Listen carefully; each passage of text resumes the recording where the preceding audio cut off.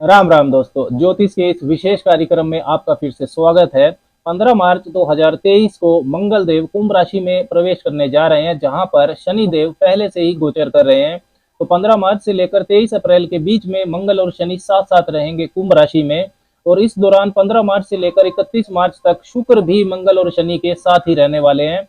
और सूर्य देव भी 14 मार्च से लेकर 13 अप्रैल के बीच में राहु के साथ ग्रहण योग में रहेंगे इसी पीरियड के दौरान। तो ये जो गोचरीय संयोग बन रहे हैं, इनका कर्क वालों पर, कैंसर पीपल पर कैसा प्रभाव रहेगा, इसकी विस्तार से चर्चा इस वीडियो में करेंगे। चंद्र राशि, जन्म की राशि पर यह वीडियो आधारित है। आप इसको लगन की राशि से भी देख सकते हैं।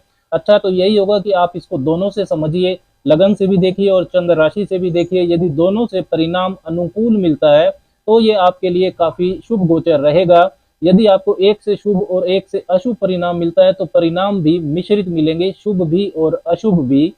कर्क वालों के लिए मंगल देव एक केंद्र भाव और एक त्रिकोण भाव, पंचम भाव और दसम भाव के स्वामी बनते हैं, योग कारक ग्रह होते हैं। मंगल का ये जो गोचर है अष्टम भाव में हो रहा है आपके, जहां पर शनि देव पहले से ही गोचर कर रहे हैं।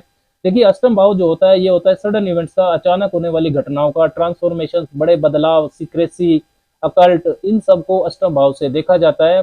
अष्टम भाव में मंगल का जो गोचर है ये शुभ नहीं माना जाता है। मंगल आपके लिए पंचम भाव, आपका जो थॉट प्रोसेस है, आपकी क्रिएटिविटी है, उसके स्वामी है। साथ ही में आपके कैरियर भाव, दसम भाव के भी स्वामी है। तो मंगल का अष्टम भाव में गोचर करना आपकी सोच, आपके कैरियर में अचानक बड़ा बदलाव ला सकता है। आपका प्रोफाइल चेंज हो सकता है, आपकी ट्रांसफर हो सकती है शुरुआत में। हालांकि क्योंकि मंगल और शुक्र भी एक साथ रहेंगे, तो मंगल जहां आपके त्रिकोण स्थान, लक्ष्मी स्थान, पंचम भाव के स्वामी है और शुक्र लाभ भाव के स्वामी है, तो ये धन योग भी बनता है। तो हो सकता है कि आपकी दशा के अनुसार आपको कुछ लाभ भी हो जाए। यदि दशा अच्छी चल रही है तो अचानक से लाभ हो जाए, नहीं तो दशा खराब चल रही है तो अचानक से नुकसान भी हो सकता है। संभावना ये है कि जो लोग हॉस्पिटैलिटी के sector, real estate, investigations, occult, इनसे जुड़े हुए हैं उनको कुछ लाभ की संभावना है। लेकिन चाहे आपको लाभ हो या नुकसान हो, दोनों ही केसेज में अगर आप किसी प्लान पर काम कर रहे थे तो उसमें डिस्टरबेंस जरूर होगी। इस गोचर फल के आधार पर आपको कोई भी लॉन्ग टर्म प्लानिंग नहीं करनी चाहिए। नया स्टार्टअप भी आपको नहीं करना चाहिए। व्यापारिक विस्तार के लिए भी ये समय ठीक नहीं है, क्योंकि शनिदेव आपके 7वें भाव, व्यापार भाव के भी स्वामी हैं, वो भी इस योग में रहेंगे। देखिए, मंगल और शनि की ऊर्जाएं विपरीत भी होती हैं। जहां पर मंगल देव आपकी इच्छा शक्ति, जुझारूपन, आपकी फाइटिंग एबिलिटी के कारक हैं, तो साथ ही में वो जल्दबाजी और दबंगई के कारक भी हैं, अग्नि तत्व के ग्रह हैं। वहीं पर शनि देव धैर्य और विलंब के कारक हैं, अनुशासन से चलने के लिए कहते हैं। और जो ऑयल, पेट्रोल, ईंधन होता है शनिदेव, उसके भी कारक हैं। तो ईंधन और अग्नि का ये जो संयोग हो रहा है ये आपको काफी डिस्ट्रक्टिव, खराब परिणाम भी दे सकता है। यदि आपने अग्नि पर नियंत्रण नहीं किया तो आपको अपने एग्रेशन पर नियंत्रण रखना होगा। साथ ही में किसी भी तरह की स्पेकुलेशन और गैम्बलिंग से आपको दूर रहना है। कोई भी रिस्क जो है अननेसेसरी वो आपको नहीं लेना है। पहले से यदि आपको पाचन तंत्र, पाइल्स जैसी कोई समस्या है तो वो बढ़ सकती है, उसमें सावधानी रखें। ड्राइविंग भी आपको बहुत सावधानी से करनी है। क्रोध पर नियंत्रण रखें। स्वास्थ्य का काफी ध्यान रखने की जरूरत है। मंगल देव आपके पंचम भाव के स्वामी है और शनि देव 7वें भाव के स्वामी है। दोनों ही भाव रिश्तों के भाव हैं।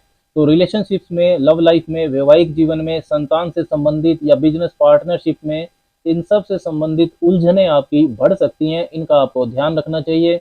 दूसरे भाव, धन भाव के स्वामी सूर्य भी इस पीरियड के दौरान राहु के साथ ग्रहण योग में रहेंगे, नवम भाव में। तो धन के बड़े लेन देन को लेकर आपको विशेष सावधानी रखनी है। उधार अगर आप नहीं देंगे तो आपके लिए अच्छा रहेगा। अब इन कर्क वालों को मंगल का ये जो गोचर है ये बहुत गहराई से प्रभावित करेगा। जिन कर्क वालों की मंगल, शनि या सूर्य की महादशा, अंतरदशा चल रही है, उनको ये गहराई से प्रभावित करेगा। साथ ही में यदि आपका व्यवसाय मंगल, शनि या सूर्य के कारकत्व से संबंधित है, तब भी, यदि आपका जन्म नक्षत्र धनिष्ठा, शतभिषा या पूर्वा भाद्रपद है, तब भी, और आपको किसी भी ग्रह की महादशा चल रही हो, यदि वो आपकी जन्म कुंडली में इन नक्षत्रों में बैठा है, तब भी आपको ये गोचर फल काफी गहराई से प्रभावित करेगा। ये तीनों ही जो नक्षत्र हैं ये कुंभ राशि के अंतर्गत आते हैं। उपाय के तौर पर आपको हनुमान जी की उपासना जरूर करनी चाहिए और शनिवार के दिन आपको छाया दान करना चाहिए। एक कटोरी में आप सरसों का तेल ले लें, उसमें 1 रुपए का सिक्का डालें और फिर अपना चेहरा उसके अंदर देख के आपको उसको पीपल वृक्ष के नीचे रख देना चाहिए या किसी को दान कर देना चाहिए। राम राम।